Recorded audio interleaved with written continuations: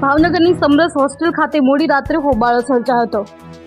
સમરસ hostel ખાતે વિદ્યાર્થીઓ દ્વારા અચાનક હોબાળો કરી બહાર નીકળી ગયા હતા। સમરસ હોસ્ટેલમાં અભ્યાસ કરતા વિદ્યાર્થીઓને ગરમ પાણી સહિત ભોજનમાં નીકળતી જીવાતોને લઈ હોબાળો સર્જાયો હતો। અખિલ ભારતીય વિદ્યાર્થી પરિષદ દ્વારા વિદ્યાર્થીઓને પડતી મુશ્કેલીઓ અંગે રજૂઆત કરવામાં આવેલ। આગળ જતા સમસ્યાઓનો નિકાલ નહીં થાય તો અખિલ ભારતીય વિદ્યાર્થી પરિષદ દ્વારા આંદોલન માટેની ચીમકી અપાઈ હતી। ભાવનગરમાં મોડી રાત્રે હોસ્ટેલમાં હોબાળો સર્જાતા પોલીસ બનાવ સ્થળે પહોંચી હતી। ભાવનગર સમરસ હોસ્ટેલ અગાઉ પણ અનેક વખત વિવાદમાં આવી ચૂકી છે। કોઈ નક્કર પરિણામ આવતું નથી તેમ વિદ્યાર્થીઓ દ્વારા જણાવવામાં આવેલ।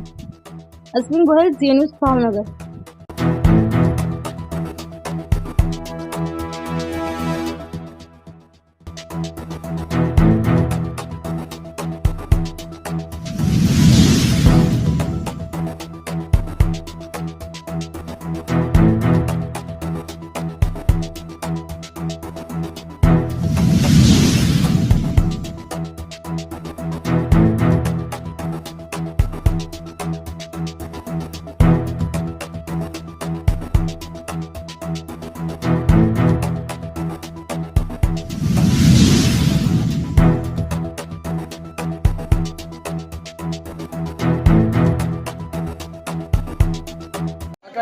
ओके, आपનું નામ?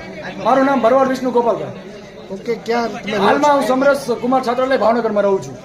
શું સમસ્યા છે? સમસ્યા એવી છે કે 3 વર્ષથી સોલારનું ઠપ છે, ગરમ પાણીની વ્યવસ્થા ઠપ છે અને જમવાની ક્વોલિટીમાં રોટલીથી લઈને વારંવાર મેડમને રજૂઆત કરેલી છે। હું પોતે ભોજન સમિતિની કમિટીની અંદર રહી ચૂક્યો છું।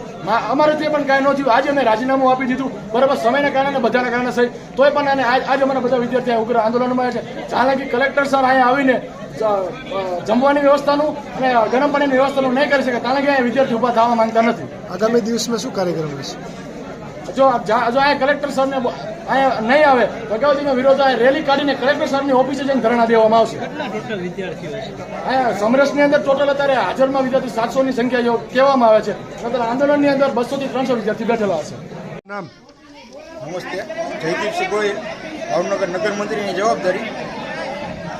આજરોજ સમરસ ખાતે આંદોલન કરવા આવ્યા છે, જેનો વિષય છે કે અહીંયા છેલ્લા 3 વર્ષથી ગરમ પાણીની સુવિધા મળતી નથી, જે પ્રાથમિક સુવિધા છે, તથા ભોજનની ગુણવત્તામાં સતત રજૂઆત કર્યા બાદ પણ ભોજનની ગુણવત્તામાં સુધારો કરવામાં આવતો નથી। આજ 3જી થી 4જી વાર રજૂઆત કરવા આવ્યા છીએ, બરાબર। છેલ્લા 3 વર્ષથી નાવાના ગરમ પાણીની સુવિધા આપવામાં આવતી નથી। પછી ભોજનમાંથી વારંવાર જીવજંતુ નીકળવાની સમસ્યા છે, જેનો ઘણીવાર રજૂઆત કર્યા હોવા છતાં પણ એનો નિકાલ કરવામાં આવતો નથી। પછી જેમ કે આપણે છાશ દૂધમાં પણ વારંવાર પાણી નાખવામાં આવે છે, કે વિદ્યાર્થીઓને પણ ખબર છે, એની પણ ઘણીવાર સાહેબને રજૂઆત કરવામાં આવી પણ એનો કંઈ ઉકેલ લાવવામાં આવતો નથી। પછી જેમ કે રસોડામાં સાફ સફાઈ નથી, ઘણા વિડીયો પણ એના પડ્યા છે, તોય એના રસોડામાં સાફ સફાઈ કરવામાં આવતી નથી।